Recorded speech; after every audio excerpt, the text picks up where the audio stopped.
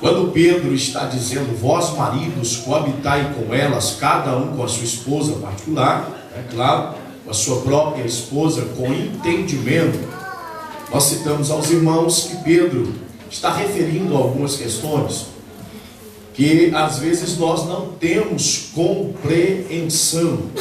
Nós não temos compreensão. E por esta razão são inúmeros os casamentos que estão falidos. São inúmeros casamentos que estão destruídos. As bases ou a base do matrimônio se dissolve a cada dia. E o marido às vezes espera a posição da mulher e a mulher está esperando a posição do marido. Como nós já estudamos aqui a questão das irmãs, então agora nós precisamos considerar a questão dos irmãos. E dentro deste ponto de vista que nós estamos falando agora, é preciso entendermos que o marido é o cabeça da mulher, ele é o chefe da casa. Diante de Deus ele é tido, ele é visto, ele é conhecido pelo Senhor, porque diante de Deus ele é constituído como o sacerdote do lar. E existem muitos que deixam a mulher se tornar sacerdotisa do lar. Inverte completamente a lógica. E em muitas questões, a mulher ela não é culpada, porque o ser humano ele tem sede de Deus. A Bíblia nos prova que a nossa alma tem sede de Deus. Todos os homens, advertidamente ou inadvertidamente, todos os seres humanos, errados ou não, eles estão em busca de Deus. Alguns cegos, outros já têm entendimento, mas estão em busca de Deus. Quando o homem, portanto, falha na posição de sacerdote do lar, o que vai acontecer é que a mulher vai assumir a posição do marido nessa questão. Ela vai começar, portanto, a fazer aquilo que é cabível ao marido fazer. Então, meu querido, preste atenção.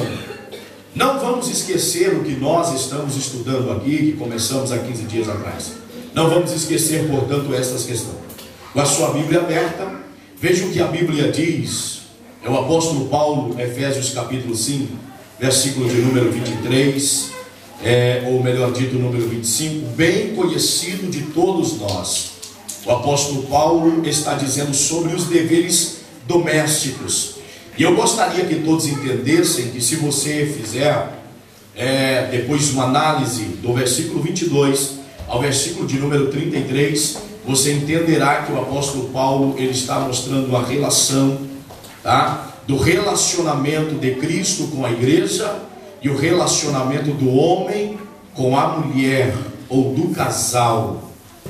É exatamente por isso que o apóstolo Paulo ele está nos mostrando aqui que o homem é o cabeça da mulher, porque Cristo é o cabeça da igreja.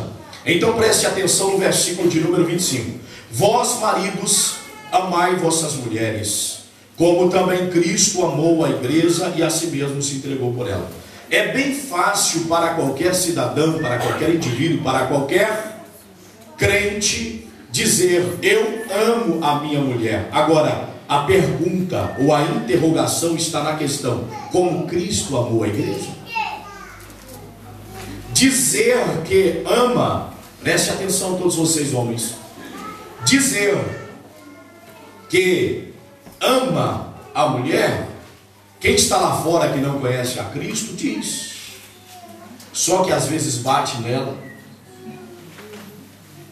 diz que ama, mas desonra ela, diz que ama, mas não entende que ela é um vaso mais frágil, diz que ama, mas trai, leva ao sofrimento.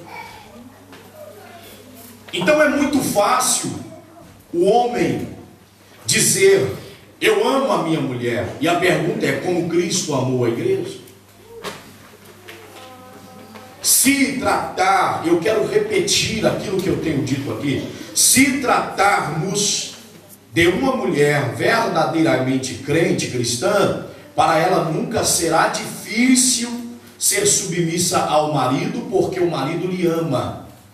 A sua submissão é retorno ao marido pelo amor que lhe é devotado. Não é difícil para a mulher. O que muitas mulheres têm dificuldade para se submeterem é porque o marido não lhe ama de verdade.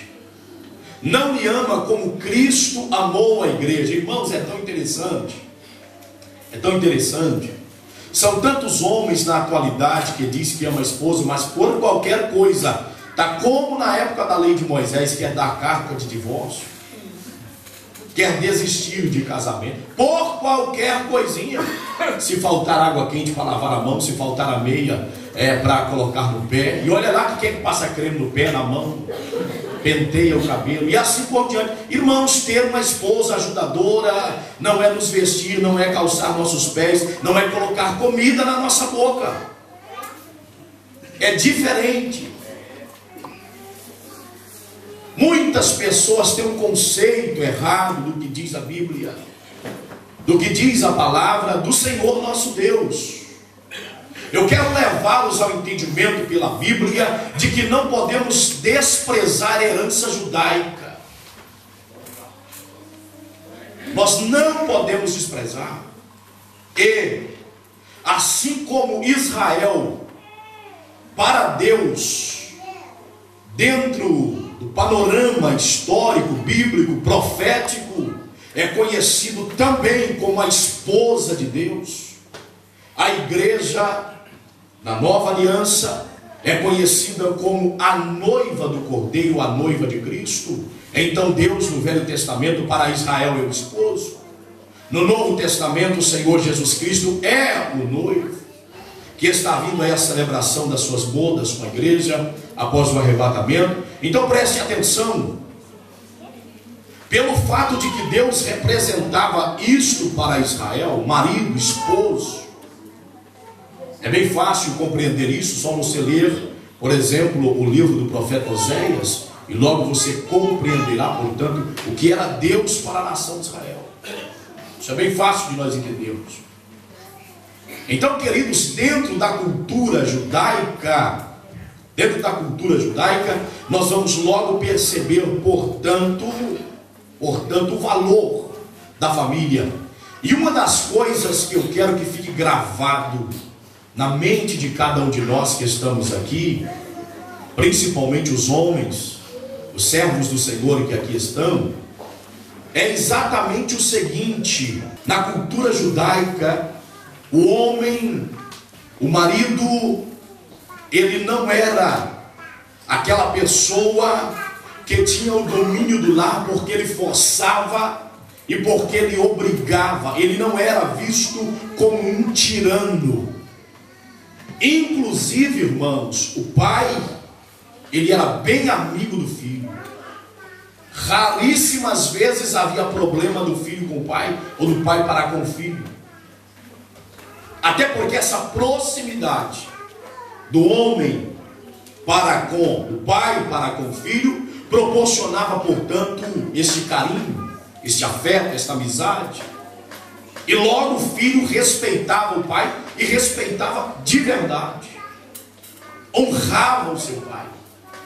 Então preste atenção, mas isto não se dava porque o homem era um tirano, forçava as coisas. Isto se dava, sabe por qual razão? Porque ele observava os mandamentos bíblicos. Ele entendia o que Deus representava para Israel.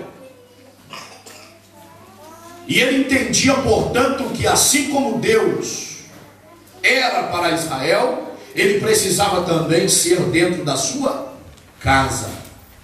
Ele precisava ser dentro do seu lar. É claro que você vai encontrar alguns exemplos negativos, mas nós estamos olhando para os exemplos positivos. Analise, por exemplo, antes, se podemos dar um exemplo, analise antes de todas estas coisas serem observadas, analise a posição de de Josué, capítulo 24, versículo 15. Que audácia, irmãos, que coragem.